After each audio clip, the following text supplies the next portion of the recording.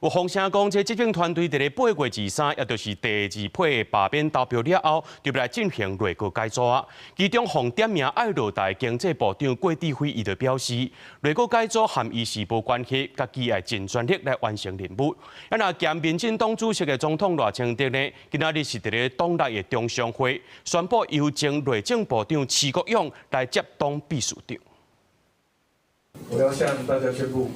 中央党部新任秘书长将由徐国勇同志接任。7日了，头一个大罢免失利了后，民进党秘书长林佑昌请辞，兼任党主席的总统赖清德，20日中常会宣布由前内政部长徐国勇接任，讲以伊的经历也是准方位的人选。总统在当行政院长的时候，秘书长是卓荣泰，而发言人兼政务委员是我。我们那时候3个人工作的非常的配合的非常愉快，所以菊姐。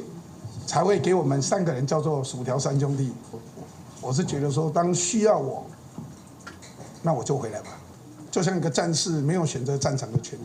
徐国勇表示，总统定顺家己伊无第2句话，为2月开始正式上任。那副秘书长除了现任的何朴文，另外一个会总统赖清德点名由民进党民调中心前主任田俊升接任。不过，除了党务，赖政府内阁调整的消息同款真多，尤其经济部长郭志辉，真侪改互人点名是改换的名单头一个，伊本人亲像嘛看了真开。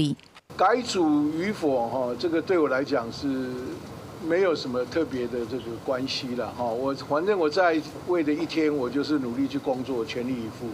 来完成我的任务。不管从关税问题，或是面临天灾的问题，甚至包括很多的政策在推动上，为什么人民都有一些不一样的声音？真的，总统要拿出魄力，展现改变的决心。就连郭志辉嘛，开家己来是呛事，其实必然。即马内阁改组赶紧爱做，不过面对外界点兵点将，恐惊嘛是爱等8月3了后才会知影。